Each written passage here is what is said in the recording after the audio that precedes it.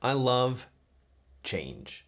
I love discovering things. I love new things. Just getting rid of the old. I'm the kind of guy that can't go on vacation to the same place 2 years in a row because it just is not exciting enough for me. I can't even go after 5 years back to the same place. I want to try something different. I'm the guy that can't eat the same meal 2 weeks in a row because I just like the variety. And so we in our household have a pretty large repertoire of meals that we can make just because I like the variety. But sometimes change can really hurt us.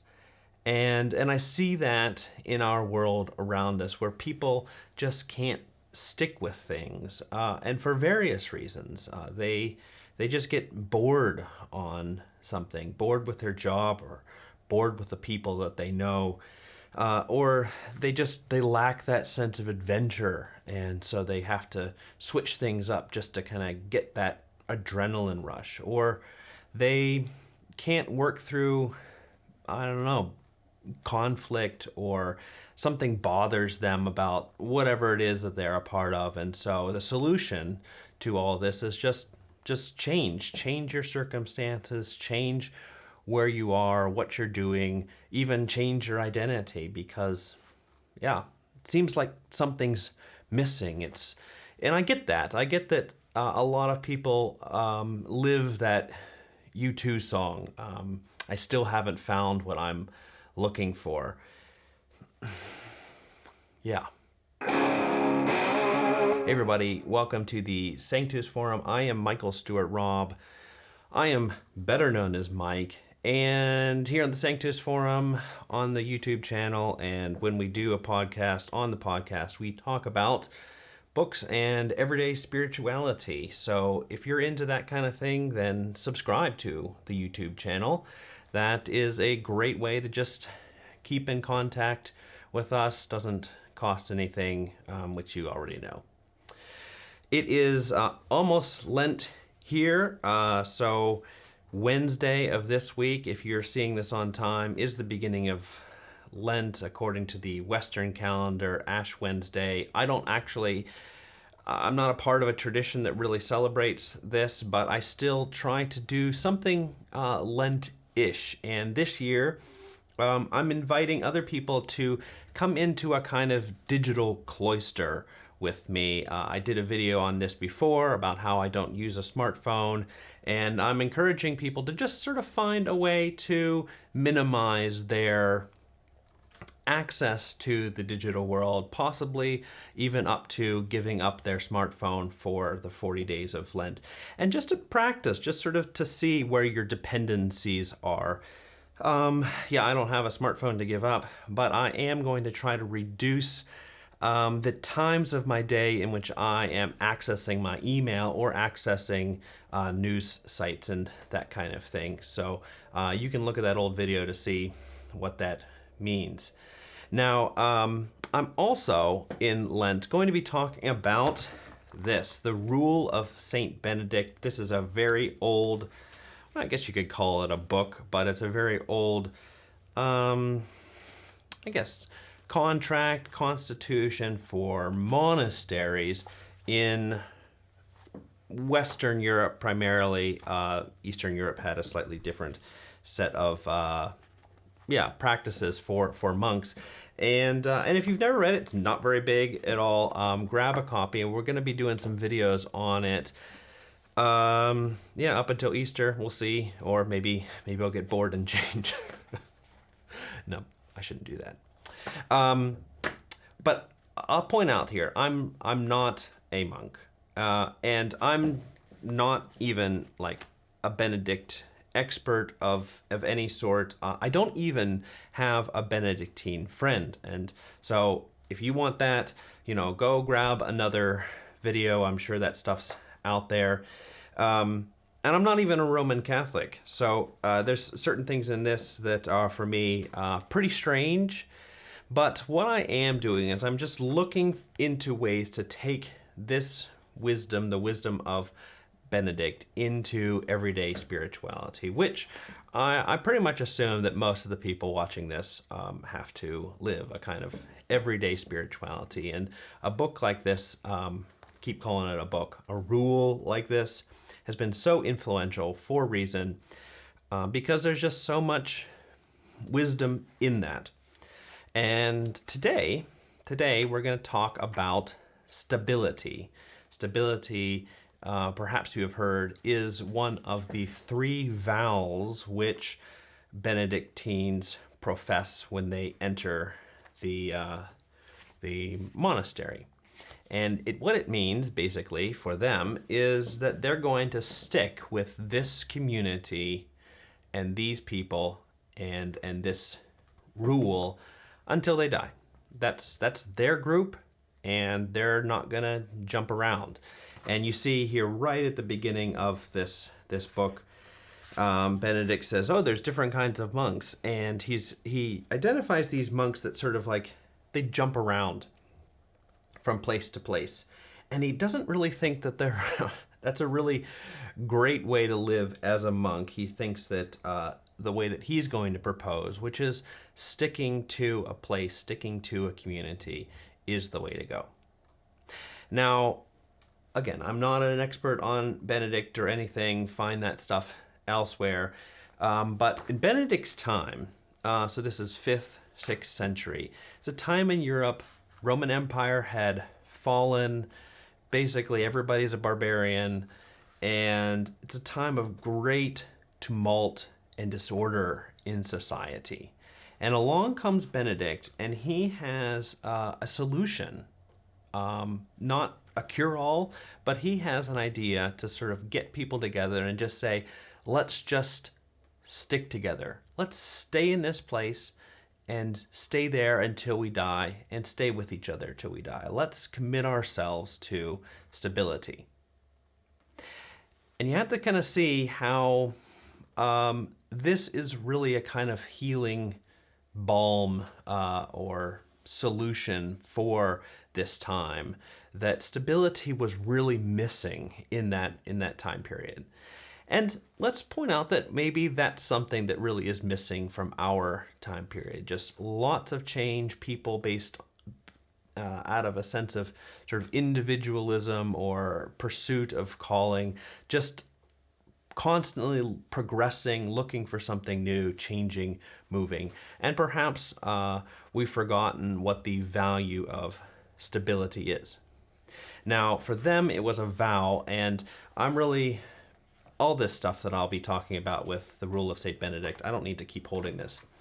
We don't have to take as vows. I mean, these aren't things that we are going to commit ourselves to, but I want to think of stability and other things more like principles, things that we should look for and understand the value of, and understand why they might be something that's really good for us. And as I was thinking about stability in my own life, I was thinking about how it characterizes my life in a few ways. One is this year I will be 15 years in the same city and even in the same neighborhood. And that's the longest that I have for any stretch of time lived anywhere in my life.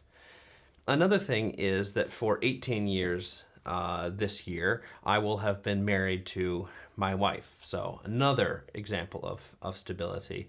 And then another thing, 21 years this year, I will have stayed in more or less the same vocation, same type of work. And those things have been kind of anchors for me. But, apart from the marriage thing, they're not vows. If for some reason I need to move away from this city, then that's okay. I didn't make a vow there. But there's a principle there, and something that sort of can be very helpful and valuable to me. Now, there are three ways, I've thought, maybe there are more than three, in which we can try to apply this principle of stability. And I'll get to why this might be helpful for us in a second, but just think about it in these three ways. Without becoming a monk, here are three ways that you can apply this. One is that we can look for continuity, stability in our work, in our vocation, that we don't change jobs or change vocations every 3 years or every 5 years or something like that. Now, it's not a vow. So, if you're a second career kind of person, doesn't matter. But just think about ways in which you can, stick to what you are doing, what you have been doing in your life for a while, because that's probably what you're going to be best at. Another place to look for stability is in our relationships or in our community, that we don't jump around with the groups of people that we run with. Obviously, marriage is perhaps a bit more than just a commitment to the principle of stability. It is a vow, but there are other ways in which we can practice just being with the same kinds of people. That might happen through a church, or it might happen through just a group of friends that you're committed to, or people that you're trying to invest in. Just it's another place where you can find stability. And finally, and this is perhaps less observed and something that we can really maybe do more of in our society, is the context, the place that we live, the culture that we live in, perhaps even our neighborhood or house. Just finding stability and longevity there. This can be really, really helpful for us to not constantly be changing our environs, and to just really learn how to live and be content and relaxed where we are. So you don't have to join a monastery to practice this principle, to sort of see applications of it. And I know that some people have an itinerant work. They work for the circus and they have to move around.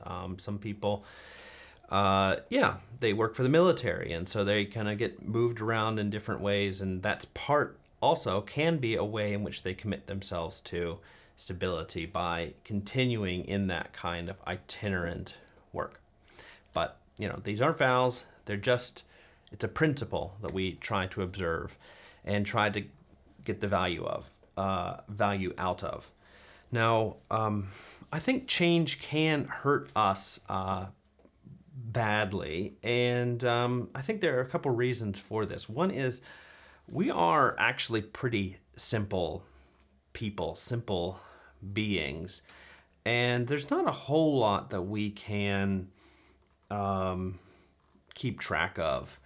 And I think that we need to just recognize our finitude, our limitedness, and just accept that we're not going to be able to do all sorts of things, certainly not within the years that we've been given to spend on this earth. And I think that some people think that jumping around will make them a more well-rounded, a more a better person in different ways. But really, jumping around can make us rather shallow, because we don't actually develop depth in any particular area.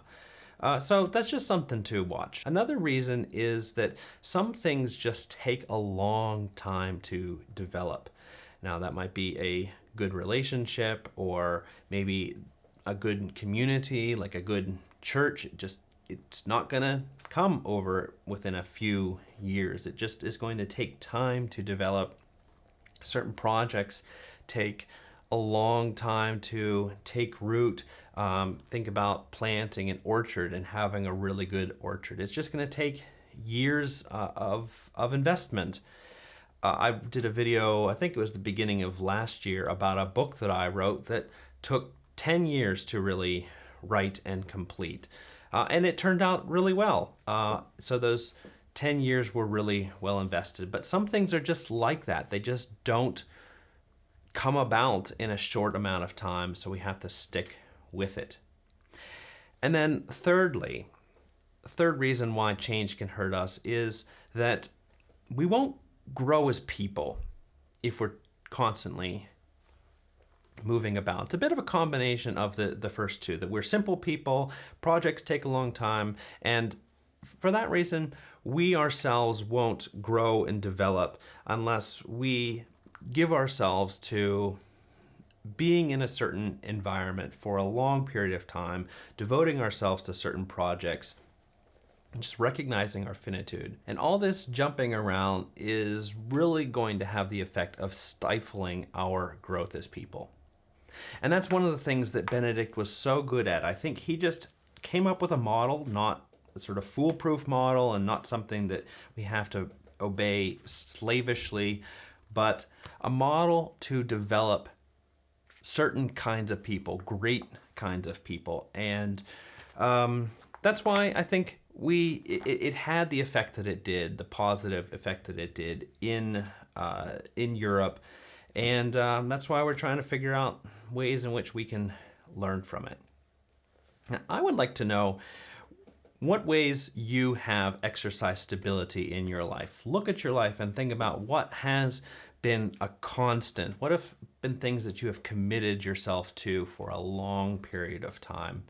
Like I said there, 15 years of being here in this city and in this neighborhood. It's a long time. So what about you? Where has that been for you? So let me know and subscribe. See you later. Bye.